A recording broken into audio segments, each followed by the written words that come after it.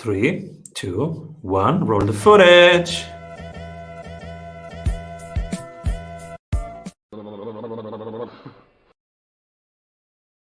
Welcome back, everybody, to the Strategy Sprints podcast. I'm your host, Simon Severino. What if you could hang out with sprinters and ask them about their problems, their workflows, and their solutions? That's exactly what we do here at the Strategy Sprints podcast day after day. And today, we explore with LinkedIn consultants and hippie turned business coach, Sarah, how we can change marketing for the better, how to enhance kindness in business, how a hippie turned business coach does marketing, and ways we can do business in a heart-centered way. Welcome, everybody. Sarah Santacroce. Thank you, Simon. I love it when the host pronounces my name the Italian way. It doesn't happen every day. And you get called the female Seth Godin. How's that? Yeah, I always kind of cringe when I hear that read out loud, but yeah, some of my clients like to say it that way. I think it's just because I encourage people to do things differently, to look at things at a different perspective. And so I kind of got this weird, or it feels weird saying it out loud, let's be honest. But we are huge I like to be compared with him. of the male version. half of these books is from him. I can see that. Yeah. We are very inspired by Seth Godin. Beautiful. Yeah. And tell us, what are you currently creating? Yeah, so what I'm working on is really this different marketing paradigm. I'm coming, as we said, I'm coming from the female perspective.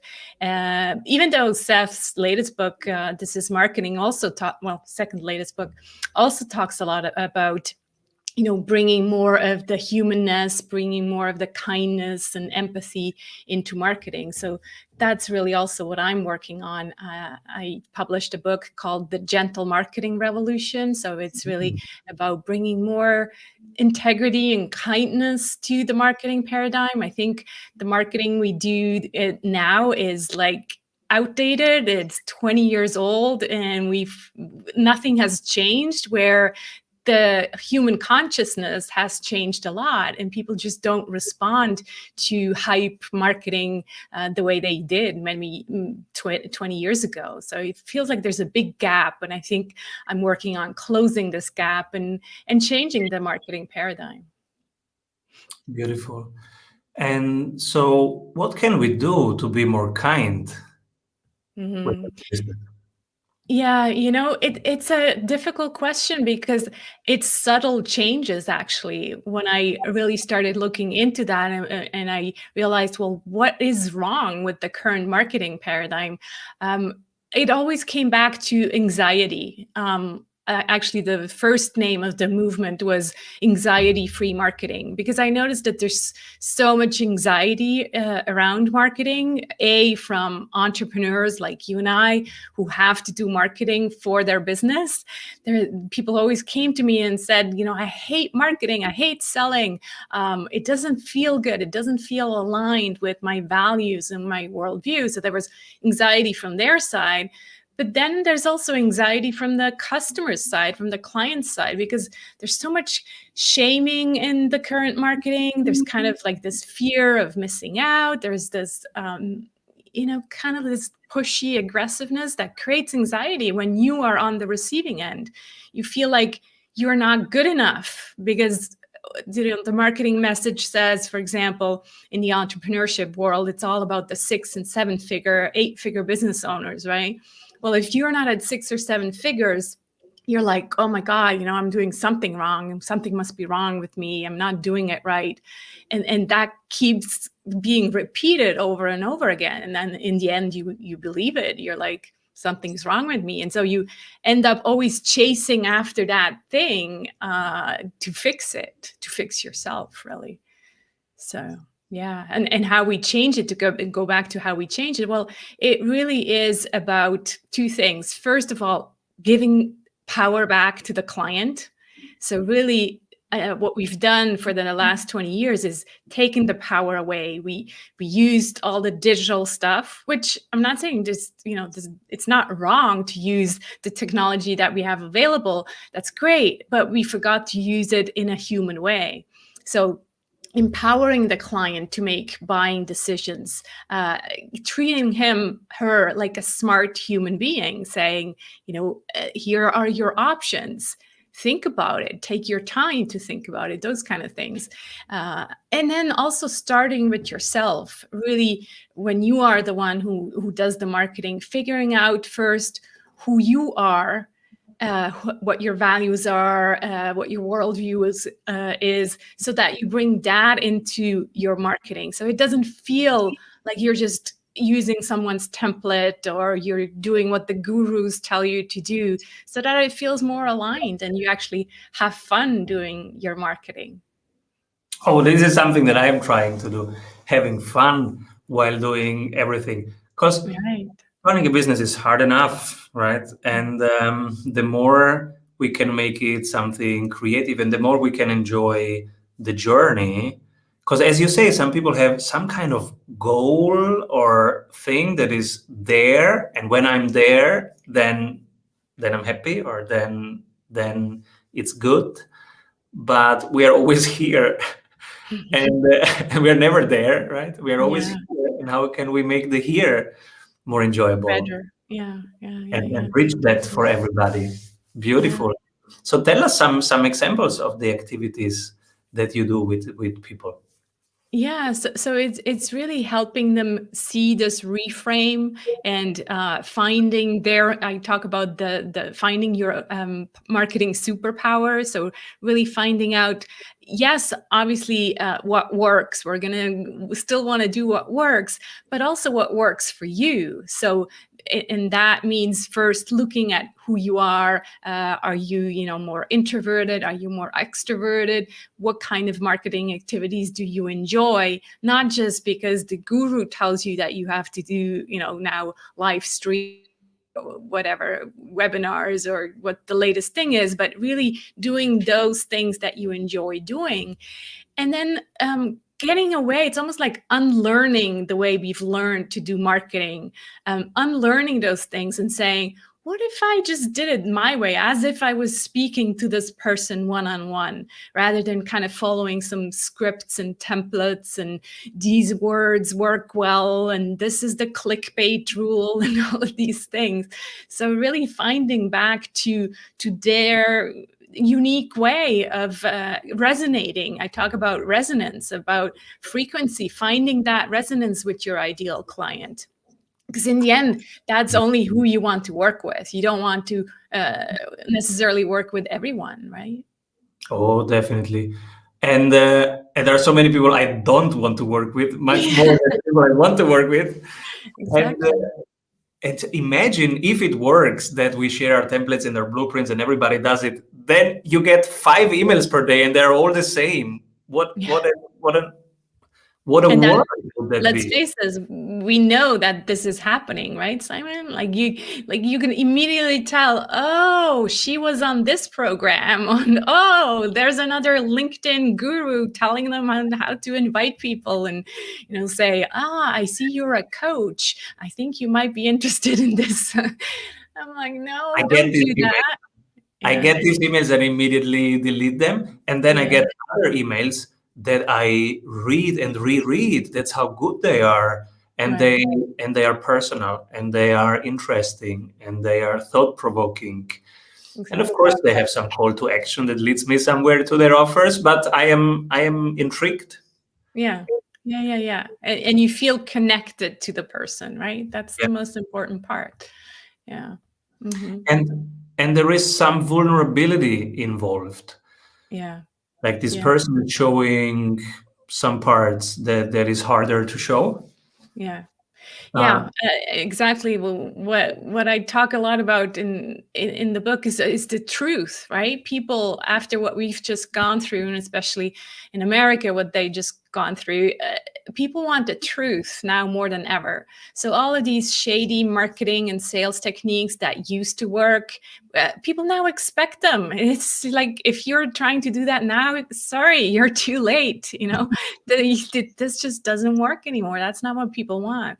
People want to be seen and heard. They want to really feel like a human being. They want to be treated like a human being, not just like a number.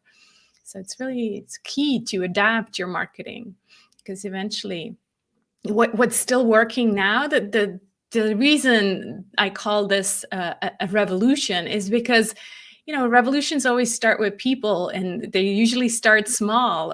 There's just kind of like this noise grumbling saying something's not working, and then eventually people talk to each other and they're like, yeah, I agree, something's not working. And right now it may be just small amounts of people, but eventually everybody will say, you know what, yeah, I'm not buying it anymore, all these marketing things that make me feel bad, or all of this type stuff. People are not buying it anymore. Yeah, absolutely. And while we are talking in the chat, thank you, Grace Dede Coffee, for posting that you have a degree in Bachelor of Management Studies and experience in client service management, and that you are looking for a job. Thank you for saying this, and thank you also, because this is also vulnerability and truth, right here, right there. And thank you, Rob Helmnick, for chipping in and helping and giving resources. You can look at this specific group right there, and there are some opportunities and vacancies there. Thank you, Rob, for this. So it ties quite well to what we are talking about, that so many people are saying, hey, I can bring you to 8 figures, and then the reality of many of us not having good sales, not having right now the perfect situation, and trying to find their frequency between their truth and the other side, who wants this, who needs this, and says, please, more. Yeah, exactly. Beautiful. I am so pumped to hear who you nominate for the Strategy Award after one word from our sponsors. Hey, if you love what you are hearing, you will love our free masterclasses. Go grab them at strategysprints.com. Everybody's zigging, but this person is zagging. And from your perspective, they're doing the right thing. Who do you pick? Yeah, I'm going to nominate my friend Stephen Morris. Stephen is a good friend of mine. He is currently writing a book called The Beautiful Business. It's going to come out sometime end of the year, or I think fall, or towards the end of the year. And I just can't wait. I think he's really thinking along the same lines. Something's got to change in this business world. Something is just not working anymore. And the idea of a beautiful business, doesn't that just sound amazing? Oh, yes. A beautiful business is something where my frequency resonates a lot. And I'm writing a book, my first book, and I am now in the refinement phase, where I have help from 2 editors working with me on this, and they are amazing. And one of them, Cindy, said to me, hey, Simon, what you wrote here, that's poetry. It's a business book, but it's poetry. Can you tell me more? Can you uncover more of your reasons behind? And I said, well, I want to help businesses being about truth and beauty. Yeah. You guys would get along really well. Yes, and that, now we talk, Simon. Yes, and that's Keats that we're talking about now. We should go deeper. And I was, interesting route. So when I hear the beautiful business, yes, I resonate. Because we think it's about numbers and it's about transactions. It's not. It has never been, right? It's about being human, being connected. Exactly. And what is being human, right? If not truth, beauty, love. Yeah. And this beauty, like in business, we just never, that was not part of business until now. Like you say, it was kind of like, transactional, but nothing had to actually be beautiful. It just had to work, right?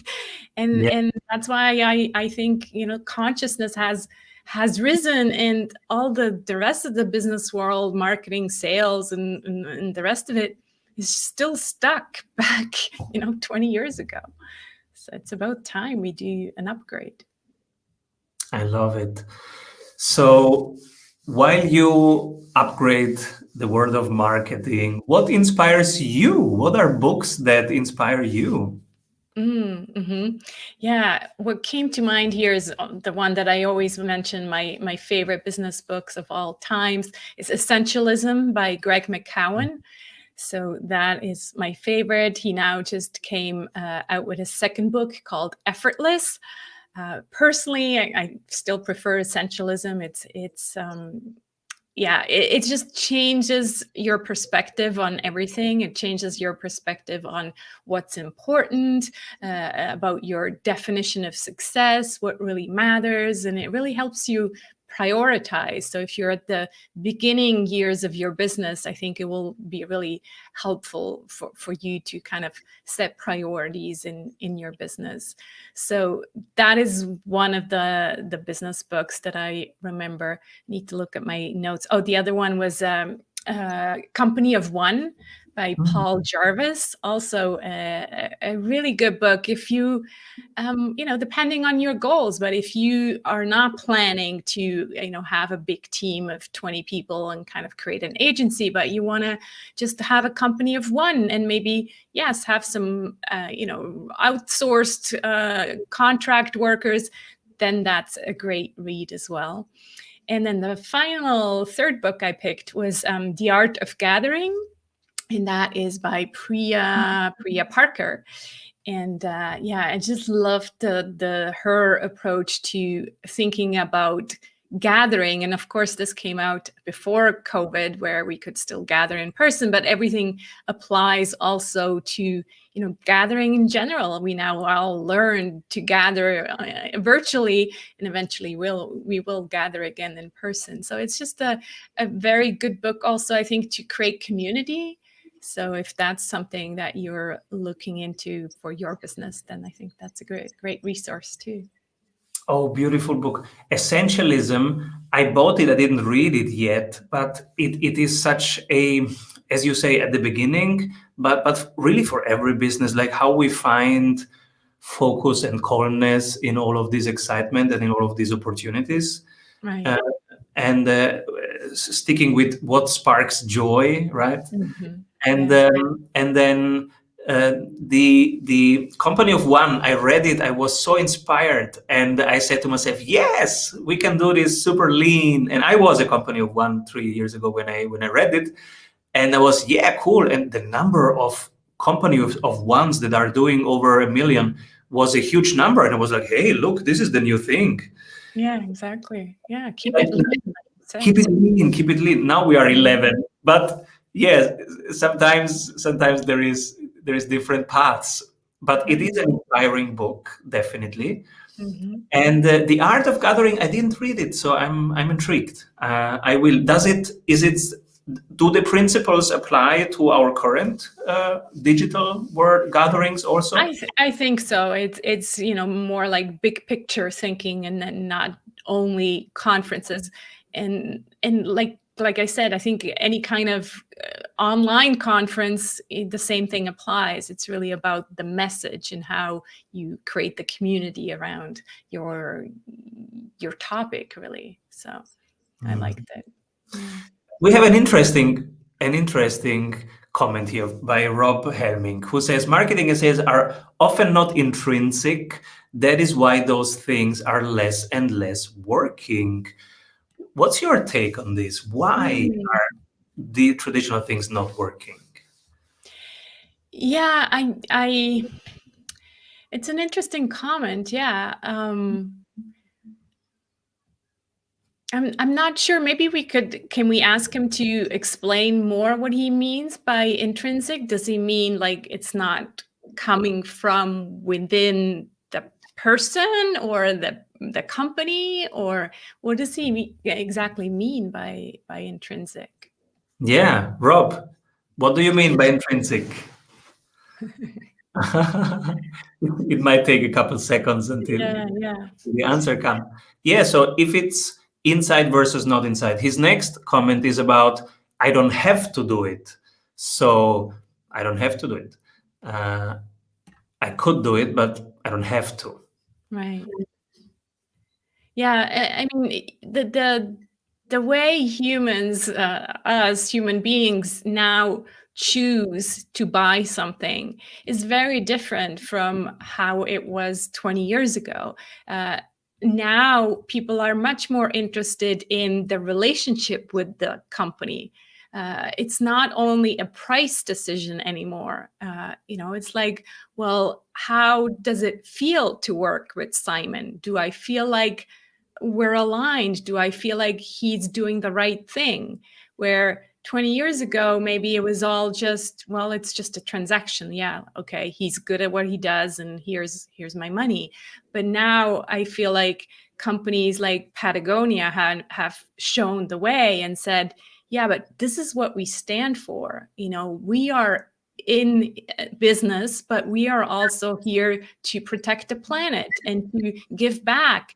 And so people are like showing up and saying, yeah, this is the company I want to buy from. And even if it is a little bit more expensive, this is who I want to work with. Same with service based entrepreneurs. We are choosing who we want to work with on a level of consciousness that wasn't maybe the case 10 years ago. Yes. And I have been thinking about this in the last weeks. So is it, because I have always been thinking about who is the ideal client and who are we here to serve, and most of my weekly thinking is about who not to work with, and learning from that, from to get insights about what we stand for, and who we are here to serve, and who we can serve best, and who we cannot serve best because we don't want or because we are not the best. And how do you manage this? How do you decide who to work with, who not to work with? Yeah. Again, for me, it's really bringing more of me into my marketing, giving myself permission to show up fully and say, this is who I am. This is how I position myself in terms, even like things like politics. It's like usually people tell you, stay away from politics. But I'm like, well, if I'm going to work with a client one-on-one, eventually I want to just take off the mask. I don't want to continue to pretend to be someone that I'm not. It's just me, you and me working together. And so they need to know the story of my upbringing. They need to know, the whole hippie turn business coach stuff. And this is recent, Simon. Like, this story didn't come out until 2 years ago. I first had the courage to say, okay, yes, I'm a LinkedIn consultant, but here's the whole deal. And people started to really resonate with that. And now I'm working with people where they could be my friends because we're on the same page. Where before it was always like, really, do I have to? Oh, God. And they asked me to do things that I was not comfortable doing, like the whole sending out, 1,000 sales pitches.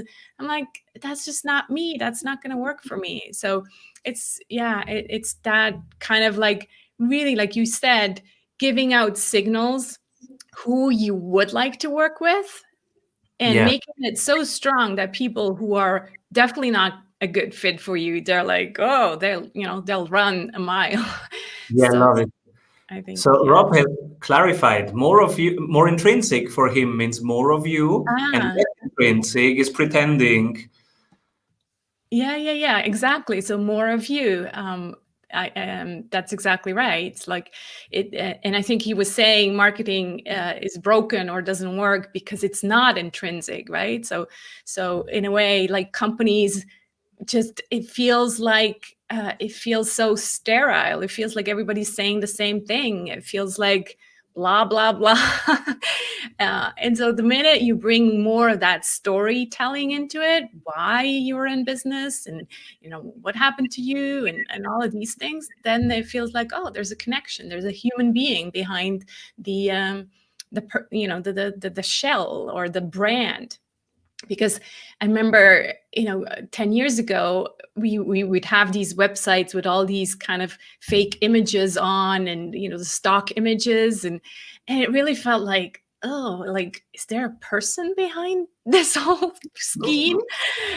Or companies that like one person companies who would pretend to have like, a big company, even though they were just one person.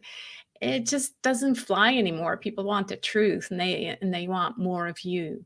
And that's this is what intrigues me about making videos weekly, because the more videos I can get out there, the more exactly this happens. First, I learn about myself because I experience myself in a situation, in a vulnerable situation, and I learn about myself. I stumble upon things. It's, oh, interesting. This is how I feel. This is how I think. And then conversations happen. And especially since I'm doing this daily, because it was weekly, but since March of the pandemic, I went into daily. Wow. And now there is no time to edit. Now it's just real and rough. When you do it every day, it's just real. Yeah. And now we go directly live, like right now, which is also, there is no editing, there is no hiding when you're live. It's not fake, right? It's right there. So if I start stuttering and not knowing what to say, that's like, yeah, that's me. I'm still human, So yeah, totally. And these are super interesting developments. So when you think about marketing, where do you think is marketing in 3 years? In a way, I almost feel like we're going back to basics. And that feels strange to say, since everything is advancing so fast with AI and all the rest of the technology.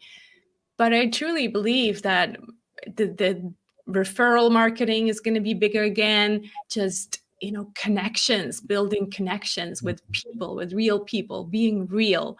That's what's going to come back. And let's face it, all the paid ads already, they're taking a huge hit everywhere.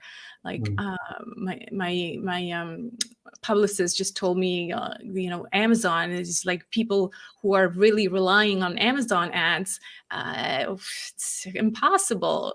It's just gotten really expensive. Facebook, all my clients are ditching Facebook, and so in 3 to 5 years.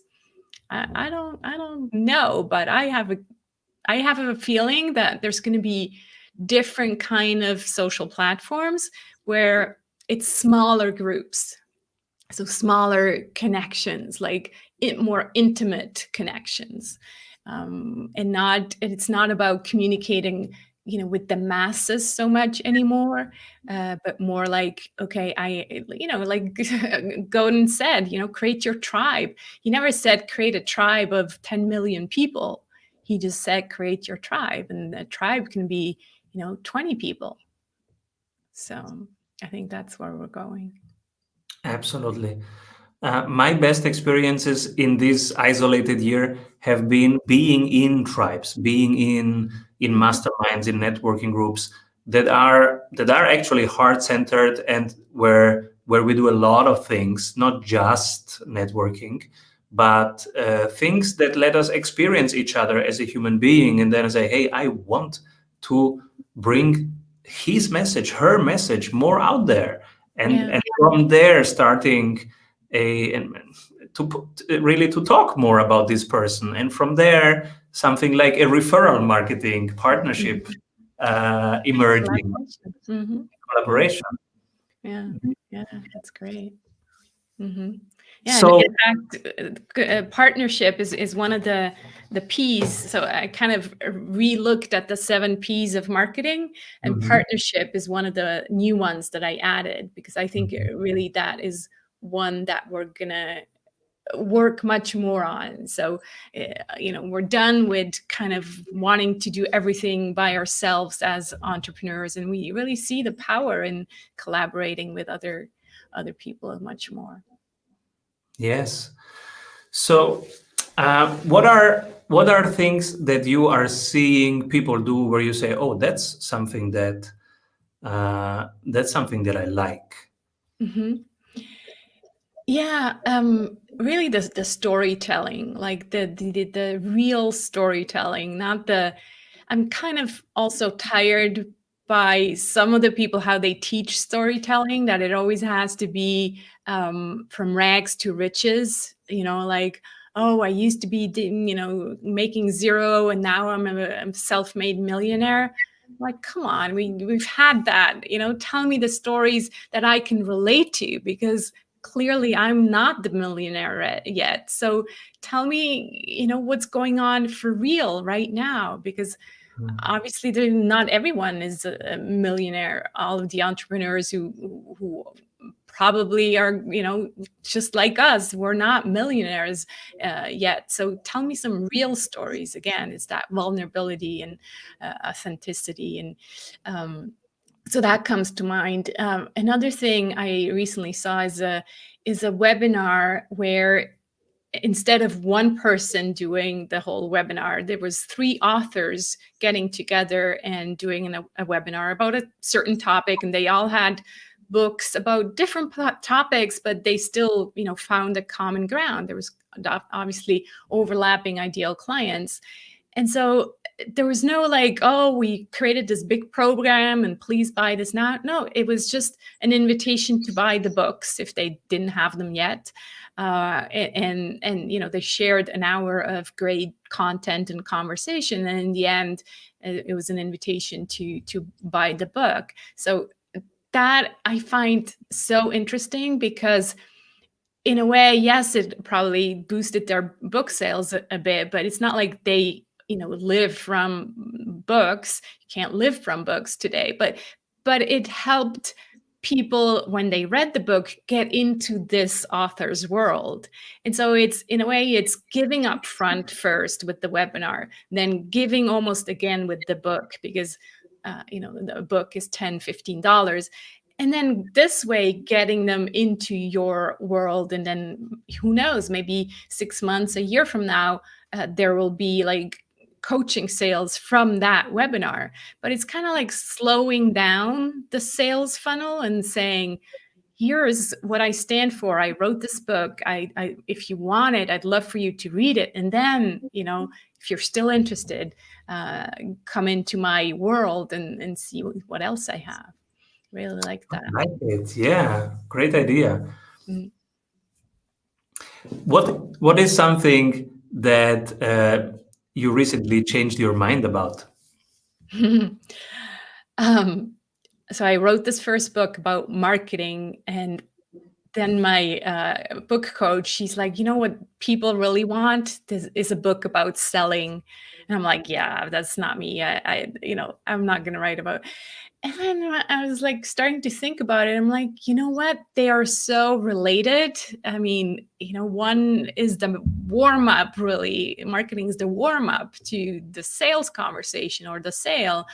I was like, well, if I do respect my own advice and say, bring more of you, then I was like, well, I can share my approach to selling. It doesn't have to be compared to, the 7 steps of selling or whatever else you're seeing out there. It's going to be completely controversial, but why not? I wrote the book about marketing. Why not write this sales book? So that's what I'm working on now. Cool. I want to read it. Thanks, Simon. And yes, and it's funny, right? Because when you talk about sales, most people go, "Hey, don't sell me, don't sell me. No, sales is bad." And but in the same conversation, you ask like anybody, like, what do people need? And they go, cash. Yeah. Of course, yeah, we all need to sell because we all need cash. Yeah, and I really think if we can change the marketing paradigm, we can definitely change the sales paradigm as well. Like, who says it needs to be a certain way? We can remake the rules. Yeah. Absolutely. And when you say frequency, we are about sales, and we help people improve sales. And we have a completely contrarian approach to sales. For us, money is an energy exchange. Right. It's a medium for life energy. Right. And it's giving and taking. And it is one of the things that codes that giving and taking. As you have said, it's you build something, you give, you invite people to also enjoy it. That's sales. And then there are techniques for some contexts, and some work and some don't work, but that's not sales. That's just techniques, right? Yeah, and you can use them, or you can say, you know what? Why does it have to be linear, for example? It doesn't have to be linear anymore, like meaning you have to do all these 7 steps and find a gap and all of that. Who says, if you do a good job with marketing and you really bring all of you to your marketing already, well, the resonance already happened. So it is a conversation between 2 humans about money. And whenever there's money in the game, you need to bring a lot of vulnerability. That's really the recipe to these sales conversation. It's like, yeah, let's just show up, let's take off our masks and have this conversation around money. And with you, I can go even deeper and share that for me in sales, there are 2 levels. There is intention, and I am, for the people listening, I'm touching my heart when I say intention. So from which place do I do this? And then there is intervention, and intervention is just a tool. Tools come and go. Like I use a fork to eat, but I'm not a forkist. So there is intention. From which place do I do this? And then there is intervention.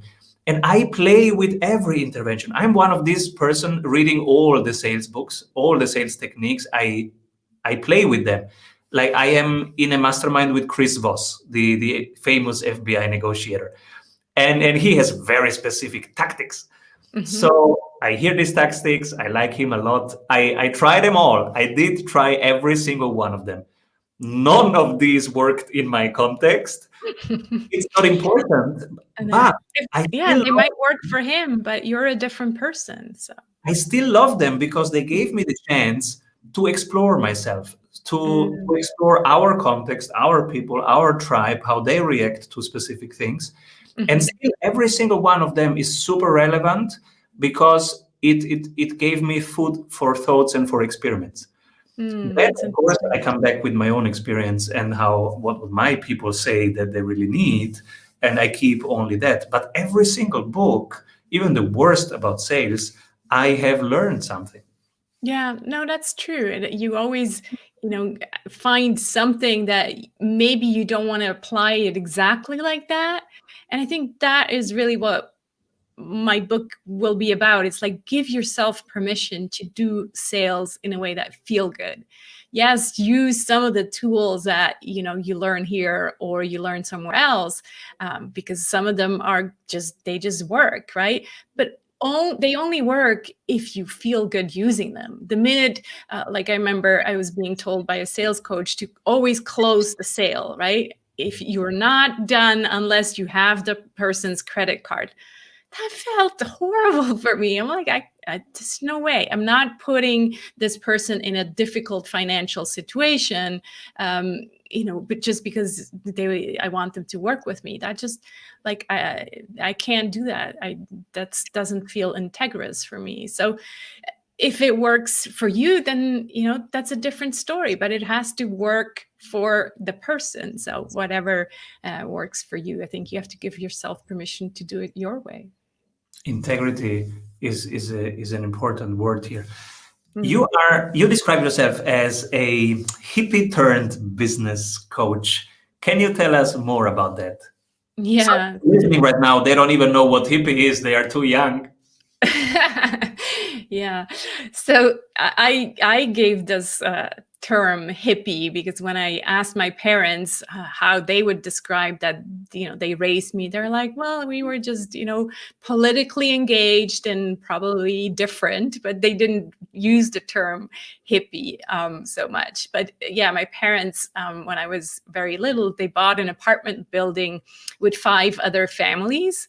And so we were living in this building. Each of the families had their separate apartment, but we spent a lot of time like being in each other's house and eating together and having parties together. And I remember the parents would have I think a bi-weekly meeting, and there was like all these decisions had to be taken together. Who does the garden and who cooks? And so it was a real community living.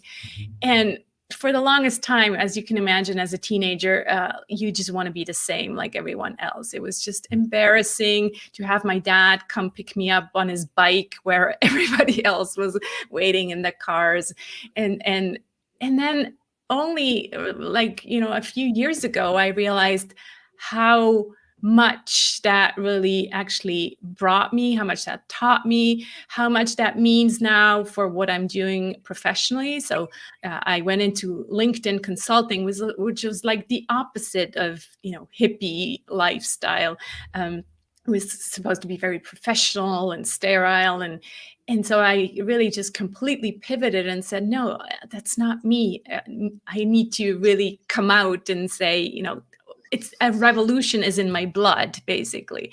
And so that's what I realized a few years ago. And that's, again, the storytelling is so important, I think, that you bring those stories, because you cannot show up in integrity if you're always hiding part of yourself, right? And so that's the story with the hippie. Beautiful. And I consider myself a hippie capitalist because my influence in my friends when I was 14, 15, 16, my friends were already 19, and they were listening to The Doors and Bob Dylan. And so I would watch the movie about The Doors and Jim Morrison, and I would watch Woodstock, the festival, and I would feel that. And I was like, oh yeah, a revolution is coming soon. Cool, let's do this. And now in business, I see the beauty in this. We have on our website the results page. It's called love page. It's the /love. And people go like, why is this love? Come on, that's not good for search engine optimization. I go, I don't care about search engine optimization in this particular situation. It's about what is it about? So why do you have client testimonials? Because you want to show that it's a work of love between people. Otherwise, why would we do it? Why would it matter? Right. So if it's worth doing it, it's a work of dedicated individuals who care about a project, and you want to showcase what the impact is when people care in working together. So it's the love page, and I think isn't it what it's all about? At the end, it's all about love. For me, it is what can I do in my inner work so that I can increase my capacity to love every person, every element, in every moment. Yeah, that's the beautiful business right there, right? Yes. So cool. Where can people hang out with you, find more about Sara Santacroce? Yeah, so my main website is sarahsantacroce.com. That's where you find out more about me. You can also connect with me on LinkedIn. I always still like to hang out there. Just mention that you saw this conversation with Simon and I. And then my book, The Gentle Marketing Revolution, is on Amazon. And if you are interested in the 7 Ps of marketing, kind of the revamped version, you can go to sarahsantacroce.com/1 page, the number 1 in page. And that gives you a 1-page marketing plan so that you can reflect on your 7 Ps of gentle marketing. Beautiful. The gentle marketing revolution. Everybody, Sarah Santacroce, go there. Please go there. Join the revolution. Beautiful. Thank you so much, Sarah, for being here, sharing your journey, your wisdom with us. Please come back soon. Thank you so much, Simon. Thanks And I want your sales book. I want to be the first to read it. I'd love to have you read it before it goes out and give me a review. I will, please. Avoid trying to do thousands of things that doesn't work. We have 274 templates for your business success. Reach your ambitious goals with one-on-one sprint coach. We double your revenue in 90 days.